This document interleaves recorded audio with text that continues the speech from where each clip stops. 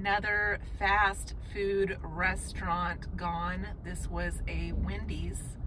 So that just kind of shows you the state of the economy. There was a steakhouse on this corner and it is gone.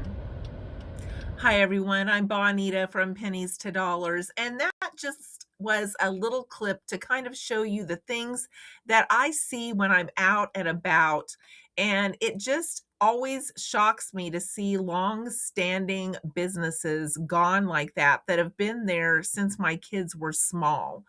But the state of the economy and the way that everyone lives now makes it so difficult to make ends meet. And things are costing so much, especially in the grocery stores, especially when it comes to rent, to housing, to electricity.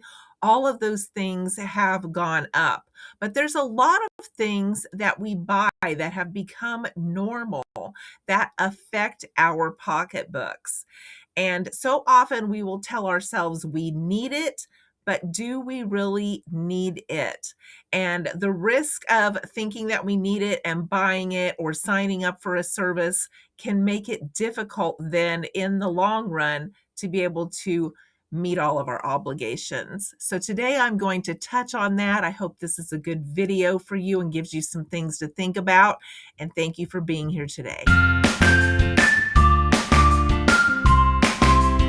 Telling ourselves that we need certain things that are very commonplace today can really wreck our budget at the end of the month. And telling ourselves that we need it sometimes is just fooling ourselves that we need something that maybe we could go without. Today, we're going to talk about how zoning out on some of these purchases and just going with the flow can really make it difficult and make it hard to pay those basic expenses. I'm not here today to tell you that you shouldn't be using some of these services, but some of these things do give us pause to think about them. And I will let you know which ones I use and which ones I don't.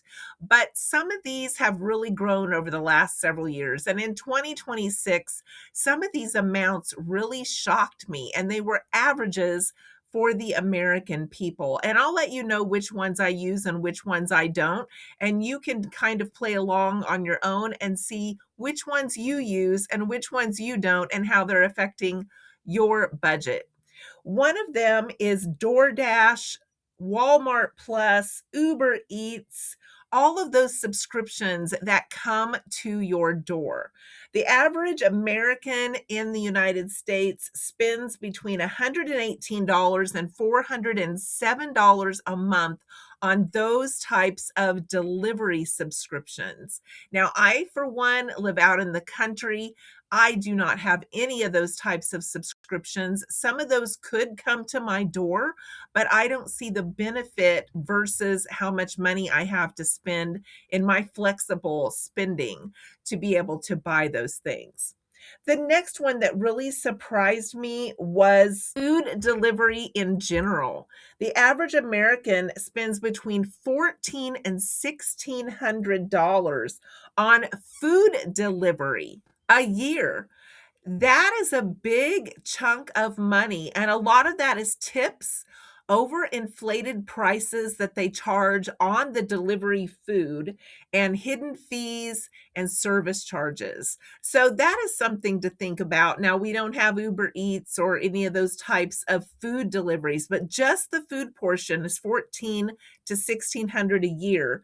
And then the monthly fee is $118 to $407 a month. Another one is a type of subscription where you're maybe paying for a drink subscription per month, like at Panera Bread, or a car wash subscription, maybe a TV subscription, maybe a Ring camera subscription. The average American spends about $219 a month on those types of subscriptions.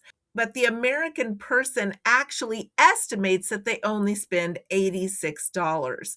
So a lot of people have forgotten or don't count some of these subscriptions into their monthly costs, and that can be a budget hindrance, because if you are not capturing all of those fees that you have going out of your checking account and your payday every single month, that can really hurt you, because you can think, oh, I have this much money, but a lot of that is already called for. It's already gone. It's already being zapped out of your account. And what you're being left with isn't enough to pay the basic costs of your living. I personally have an Amazon Prime subscription that we use to watch television and also for delivery, usually around Christmas time, because I really don't buy anything from Amazon the rest of the year. And then also, I have a Hulu subscription so I can watch my General Hospital. So I told you I would share with you which parts of these affected me. And I pay around $25 a month for those two subscriptions. The average American has between 11 to 17 smart devices in their home. This can range from voice activated lighting, voice activated things like the Alexa that you can ask them questions, smart televisions, doorbells, thermostats. There are so many things that are smart devices. You can even get a stove now that has Wi-Fi that you can manage remotely. So a lot of these things have become commonplace. And when we bought our last stove, we even had difficulty finding one that didn't come with all of those bells and whistles, because I'm a true believer that the more bells and whistles, the more things that can break and cost you money to repair. So we don't have any smart devices in our home, and that is just a personal preference. But buying those devices is a cost, and then having the internet for those devices with enough speed to handle all of those devices, all of those things add up. Now, where I live, my internet would not be fast enough to even be able to hold numerous devices. If I have my laptop on and I'm uploading a video, I basically can't do anything else. I can't run my iPad. I can't run my television set. I cannot use my phone. None of those things will work without internet, and it slows the internet to a crawl. So I don't need any more smart devices, definitely in my home here in rural Kansas, but they are very commonplace for a lot of people.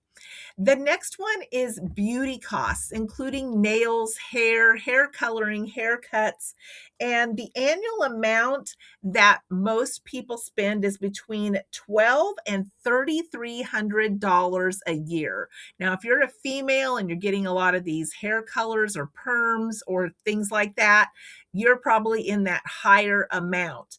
And the average per month is $100 to $275 a month to keep those services going. That is something that I gave up a long time ago. There was a short period of time that I was getting my nails done, but it didn't last very long, maybe a year. And I've never had a pedicure.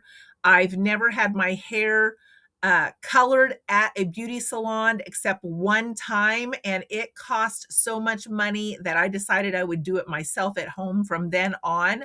And I've only had one perm my entire life. That was when I was like 18. I don't think I understood at that time that perms were not for people that already had curly hair. And so it took a long time for that poodle look to go away. It was terrible, and I paid a bunch of money for that clear back when I was 18. So I don't pay for those services, but I know a lot of people do, and the upkeep on like a hair color or nail fillers or those sorts of things can be very costly. I don't pay for any apps on my phone that cost money. That is just a rule that I set for myself a long time ago. But the average US smartphone user spends about $184 a year on apps, which breaks down to about $15.30 a month. And this figure includes both upfront paid app downloads and in-app purchases across the Google Play Store and Apple App Store. So that's another hidden fee, including iCloud storage. I do not pay for that. When I do my YouTube, everything I use is free. I use Clipchamp, which is a free video editor. I use my phone sometimes, which is already paid for. I do not use any special cameras. Right now, I'm recording on my laptop. I don't pay for any special lighting.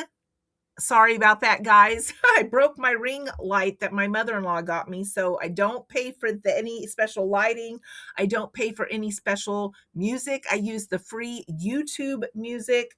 So all of the things I do for my YouTube business like that are all free. I don't pay for those additional upgrades or premiums to be able to use those free services. And most apps will come with a free version. If they don't, and I've uploaded them because it says the upload is free, and then I see everything in the app costs money, I just quickly delete the app.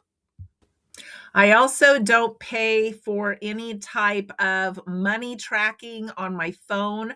I know there are some free versions I think that people can use, but there's also some that will help you see if you duplicate subscriptions and things like that.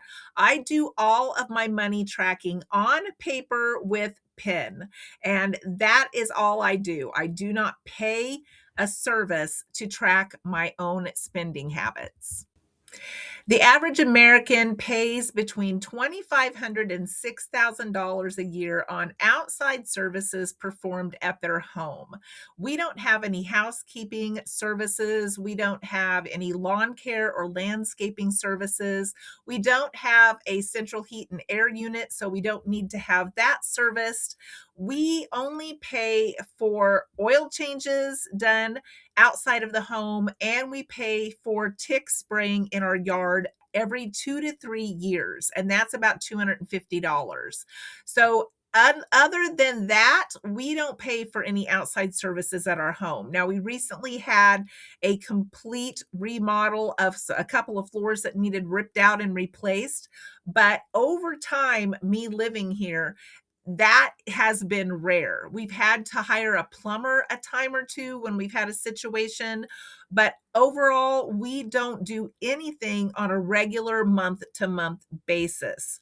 It says that homeowners that choose to outsource standard tasks usually spend about $3,400 annually for outside help like yard care and exterior cleaning.